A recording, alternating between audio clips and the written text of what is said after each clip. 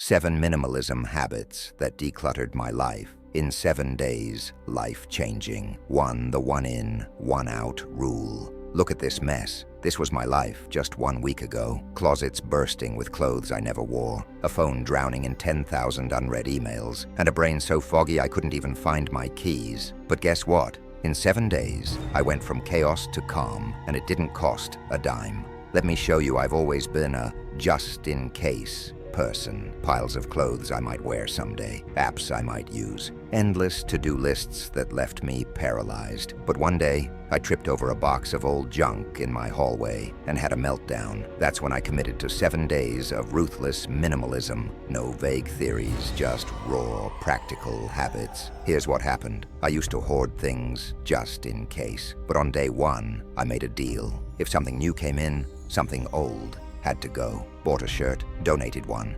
Downloaded an app, deleted 2. This habit forced me to value quality over quantity.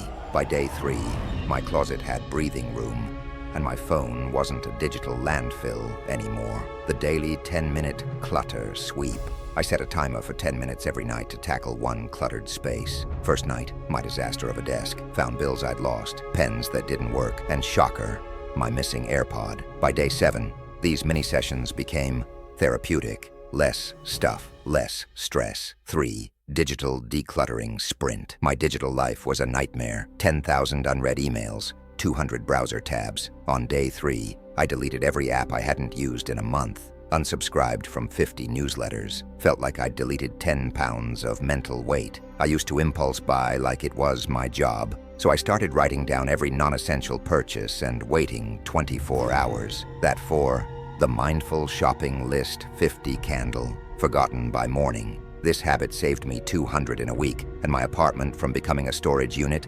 5. The donation challenge day. I filled a box with things I hadn't touched in a year. That someday dress, gone.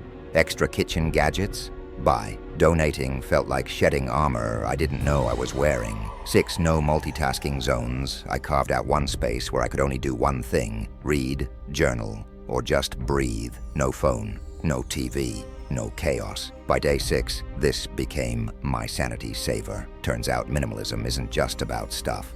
It's about mental space, too. 7. Unsubscription Sundays. Every Sunday I spent 15 minutes unsubscribing. From streaming services, toxic social media accounts, even group chats. By week's end, my time felt mine again. After 7 days, my home wasn't just cleaner. My mind was clearer. I stopped losing things, saved money, actually finished tasks. But the biggest win, I finally had space to breathe, create, and live intentionally. If you're drowning in clutter, try just one of these habits, then come back and tell me how it went in the comments. And if you're craving more life-changing shifts, hit subscribe. We're just getting started.